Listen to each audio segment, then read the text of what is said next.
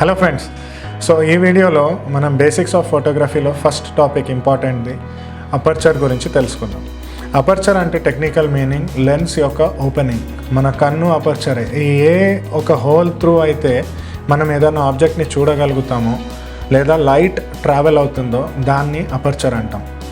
So అపర్చర్లో quantity of light అనేది లోపలికి వెళ్తుంది. సో ఇప్పుడు మనకి ఎగ్జాంపుల్కి ఒక పైప్ సైజ్ని ఇమాజిన్ చేయండి.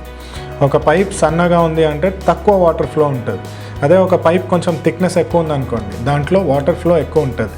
సిమిలర్లీ మీకు అపర్చర్ సైజ్ ఒకవేళ పెద్దగా ఉంది అంటే దాంట్లో లైట్ వాల్యూ ఎక్కువ వెళ్తుంది.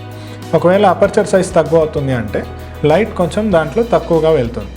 సో లైట్ వాల్యూ క్వాంటిటీ ఎట్లా అయితే లోపలికి వెళ్తుందో దానివల్ల ఒక ఇమేజ్ ఓవర్ ఎక్స్పోజ్ కానీ అండర్ ఎక్స్పోజ్ కానీ, మనం ఫస్ట్ చాప్టర్లో చెప్పుకున్నట్టు ఏ ఇమేజ్ అన్నా ఈ మూడు విషయాల వల్ల ఓవర్ ఎక్స్పోజ్ కానీ అండర్ ఎక్స్పోజ్ కానీ అవుతుంది. సో అపర్చర్ వాల్యూ మనం కంట్రోల్లో ఎలా పెట్టుకోవాలి అనేది ఒక్కొక్క కెమెరాకి ఒక్కొక్క వేరియేషన్లో ఉంటుంది. మనకు నార్మల్ ఏమంటారు లగ్జరీ లెన్సెస్ కానీ లేదా ఎస్ఎల్ఆర్లో డిఎస్ఎల్ఆర్స్లో ఉన్న లెన్సెస్లో 1.2 వాల్యూ నుంచి F32 దాకా ఎఫ్ మెజర్మెంట్స్లో వెళ్తుంది.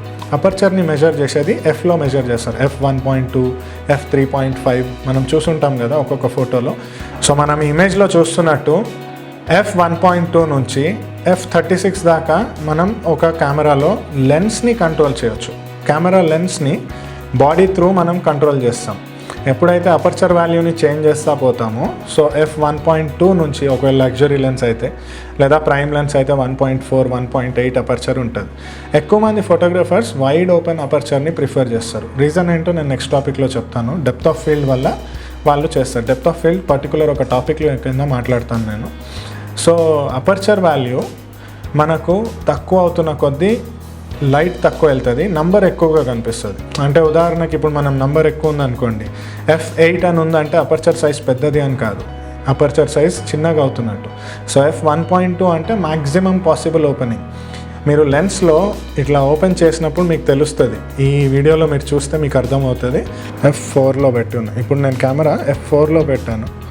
F4లో ఏం రెస్పాన్స్ లేదు. ఇప్పుడు F9లో పెట్టాను. సో హోల్ మీకు చిన్నగా కావడం కనిపిస్తుంది కదా. F9లో పెట్టి ఒకవేళ కెమెరా 5D ఇప్పుడు నా చేతిలో ఉంది. 5Dలో కొంచెం ముందు సైడ్ లెన్స్కి రైట్ సైడ్ ఈ ప్లేస్లో 5D బటన్, 5D కెమెరాకి మనం పట్టుకునే దగ్గర నుంచి ఇక్కడ ఈ ప్లేస్లో మనకు ఒక బటన్ ఉంటుంది.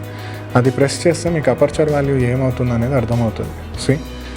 F9 నా F ఇంకా పెంచుతున్న కొద్దీ ఇంకా అది. సో ఇది F22 దాకా పోతుంది. ఒక వాల్యూ F స్టాప్ మీకు ఒక లెన్స్ లోపల తెలుస్తూనే ఉంటుంది.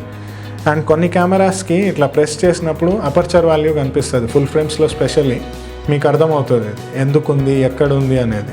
సో అపర్చర్స్ గురించి తెలుసుకోవడానికి మీరు ప్రైమ్ లెన్స్ కానీ ఫుల్ ఫ్రేమ్ లెన్సెస్ ఉంటే దాంట్లో స్టార్టింగ్ వేరియబుల్ నుంచే మనం ఫిక్స్డ్గా పెట్టుకోవచ్చు. అదే క్రాప్ సెన్సర్స్లో అనుకోండి F3.5 నుంచి 5.6 దాకా పోతుంది.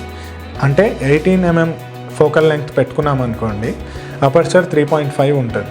అదే 55mmకి మనం జూమ్ ఇన్ చేసామనుకోండి 5.6కి ఆటోమేటిక్గా వెళ్ళిపోతుంది. ఇది క్రాప్డ్ లెన్సెస్లో ఫుల్ ఫ్రేమ్ లెన్సెస్లో ఉన్న మెయిన్ డిఫరెన్స్. ఒక ఫిక్స్డ్ వాల్యూ అపర్చర్ పెట్టుకుంటే మనకు లైటింగ్ కండిషన్స్ని బట్టి షూట్ చేసుకుంటూ వెళ్ళొచ్చు.